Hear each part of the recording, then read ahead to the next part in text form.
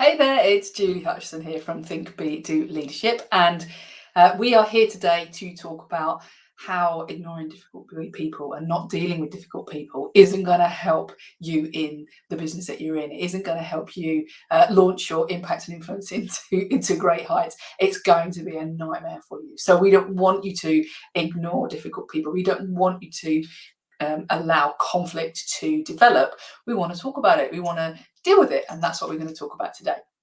And so I was just having a little problem trying to get into to StreamYard, and hopefully I am live, and definitely hope I'm live on LinkedIn, because that was the one we were having problems with. So if you are on LinkedIn, please message me and tell me that you can hear me. It'd be very nice.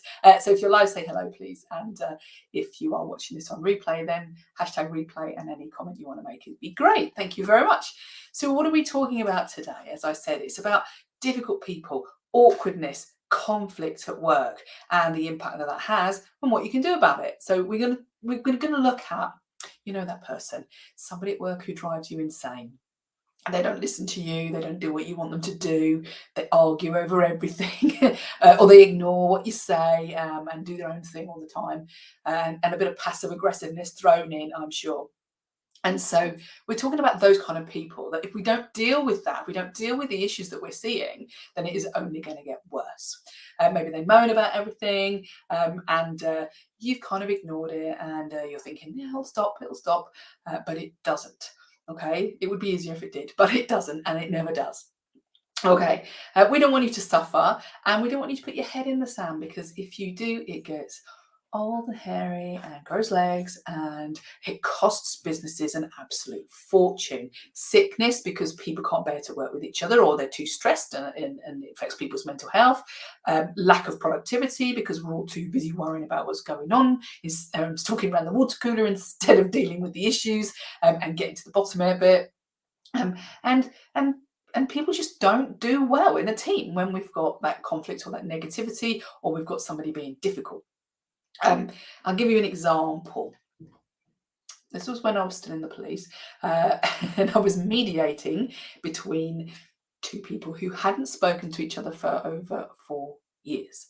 And they worked in the same office, they worked next to each other, but they didn't speak to each other unless it was through a third party, and they wouldn't deal with incidents together, and they were in the control room, and they basically hated each other, and nobody could go into the snack room together at the same time. They wouldn't go at the same time. You had to make their breaks different, they had to go on different shifts, and there was a huge amount of sickness and all those kind of things. And the problem was not just them, but the problem was actually the fact that none of the managers there did anything about it, other than, in my opinion, facilitated it happening. So what do I mean? Well, they allowed that to happen. They didn't deal with it, and they made adjustments for these two so that they could avoid the conflict. They could avoid the awkwardness and still be at work, so to speak, but without actually being at work. And so they enabled this to keep going, and they just didn't deal with it. And so productivity was absolutely awful in that department. They danced around the issue, and basically in the end, one of them went off sick for a lot longer, and they had to deal with it and brought me in, and we dealt with it in one day and got rid of the problem. And that's not what I want to talk about today, getting rid of it in one day. What I'm talking about is if you do not deal with it, it isn't going away.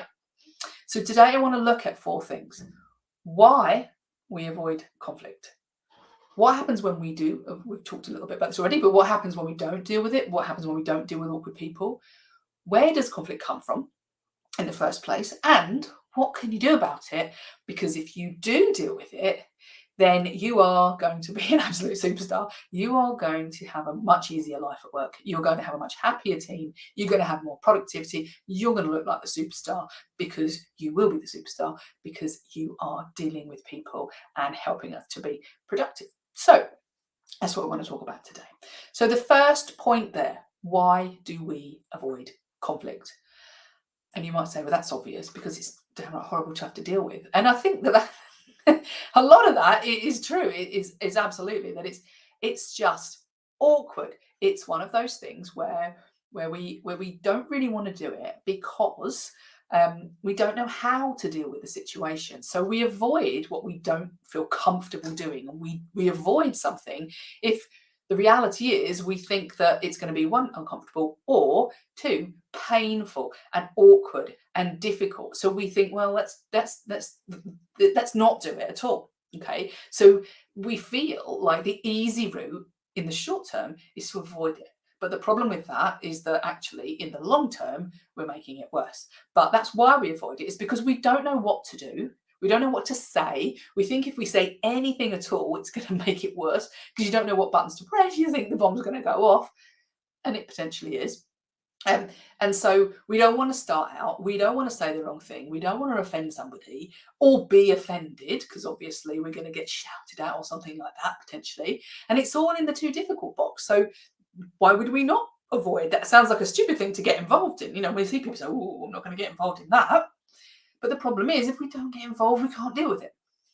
And then there's another reason, which is maybe the person involved who isn't saying anything, who should be saying something, doesn't want to admit that they may be part of the problem, or even all of the problem. But they might have to apologise, or they might have to acknowledge that they were wrong, or that they weren't entirely right, or that the other person has a point of view. And often people don't want to do that because there's a lot of ego stuff going on there, and nobody likes to be wrong, do they? So it's much more easy to fold your arms, hope it's going to go away, or blame the other person for their behaviour. Okay, and so when we do it that way, we are never going to get rid of it. Okay, so one, we mustn't avoid it, because actually those things aren't true, that whatever button we press we're going to get a worse situation. It's what we believe. It's the belief about conflict and dealing with difficult people. It's not an actual truth, because what we do know from my years being in conflict resolution is that actually when you do talk about it, you get to the bottom of it and you can deal with it, and you can make it go away, but not by just ignoring it. Okay, so secondly, what happens if we don't deal with it? I've mentioned a few things, yeah. So if we leave it alone, we hope it's going to go away, come back the next day, it's twice as bad, yeah? Or Bob's not talking to Felicity anymore, or now somebody else has joined in and the whole team are gossiping about it, and all you can see in front of you is the fact that it's just going to go on. Okay, and the reason why it's still there is because you haven't got to the bottom of it. You're just looking at this superficial, the things that are happening because of it, the symptoms of it, but you're not looking at the root cause. And so if you don't deal with the root cause, then all these other things are just symptoms of it. So when we don't deal with it, the miscommunication, the passive aggressive, the behaviors all create a vicious circle, and this pattern of behavior that then we get used to having in the office, and then it just gets worse and worse and worse, and nobody feels any better. Everybody feels worse, and they feel what we call a sense of loss, and therefore they feel sad or angry or fed up about being at work. And of course then we just get further and further and further down the spiral, and it costs a fortune, as I've said, big money. Okay, I can't remember the amount, but it's millions of pounds for businesses with sickness and lack of productivity. And of course, when you've got that, your profits are going to go down. You're spending money that you don't need to spend, and which you could be reaping the rewards of in profits. So where does it come from? Well, there's a big one.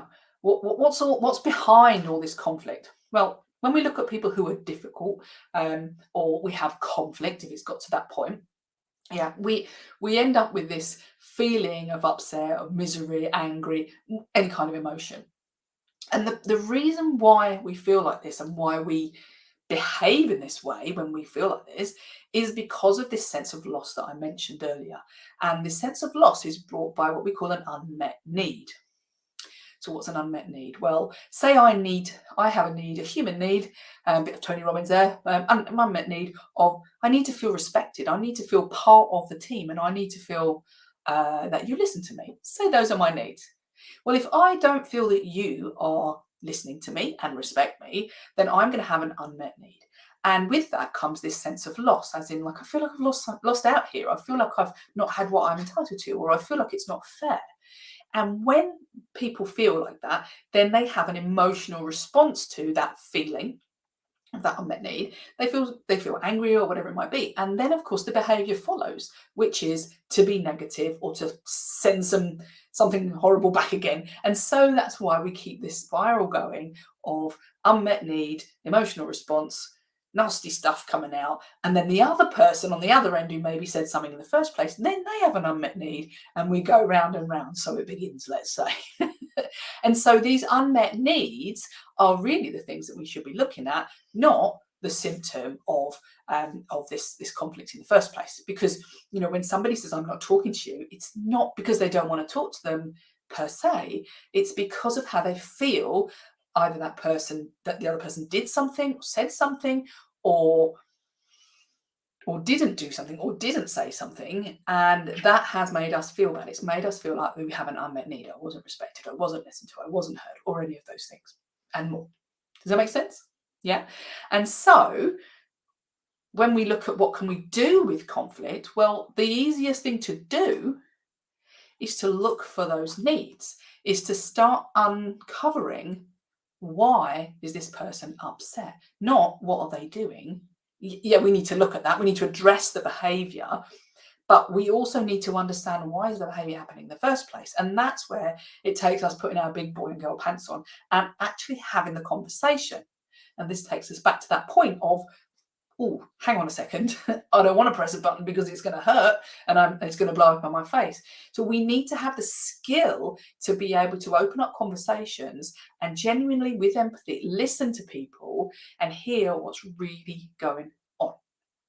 And when we do this, and we do it with our own vulnerability and our own empathy for the other person, and we really listen, because that's one of the human needs, that people need to feel heard, they need to feel listened to. When we do that, we suddenly find out that there's a very specific reason why that person had an unmet need in the first place. And it could be absolutely anything. In my time, there's been so many things.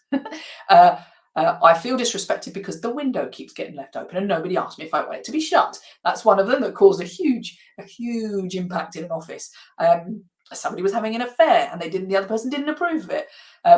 It's none of their business, maybe, unless it was their husband or wife. But actually, that person then decided that they were offended by that, and so it has the symptom has an impact, but the actual problem could be something very different, or even very, very small that has got out of hand because we haven't dealt with it, because we've let it get old and hairy.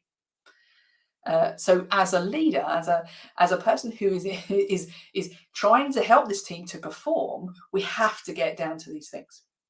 Okay, so we're looking for those unmet needs, because otherwise they just fly around like a virus. They just sit and land on people like dirty, horrible flies, and we just behave in this vicious circle of negativity, passive aggressiveness, and make everybody laugh and misery, to be quite honest. So we have to deal with them. We deal with them by uncovering and sitting down and talking and listening to all the parties, all the people involved, and asking what's going on and looking for unmet needs. Okay, you might be thinking, well, that sounds easy, Julie. Or you may be thinking, that sounds horrific, having to actually get uncovering all those needs and listening to people and having those conversations, because it's a little bit scary, because at first, nobody's going to think that you really want to do it. Nobody's going to think that you're going to listen, because maybe you haven't listened before, or nobody else has listened before. And so that's why we run our Conflict is Your Friend courses, and it also forms part of our Impact Accelerator programs and our Leaders Launchpad programs, because this is a key part of team performance. It's a key part of being a leader, and it's a key part of communication and influence and impact, because if you can do this, then you are going to have a team that is happy working together and not flying symptoms around, but really genuinely understanding each other and being able to work together. So if you would like some help with that, do let me know, because we can fix you up with our 12-week Impact Accelerator course. We can also come in and specifically work on conflict in your organisation. And for proactive organisations, what we do is we have a Conflict is Your Friend proactive course, which helps people to understand how to identify conflict and to get rid of it before it even happens. And so if that's something that you would like to do in your organisation, then do let me know. Okay, so remember, we have to understand why we're avoiding it, where does it come from, what happens if we do avoid it, and what do we do about it? And when we do that, we uncover those needs, then we are absolutely 100% equipped to remove the conflict forever. Have a wonderful day. You take care.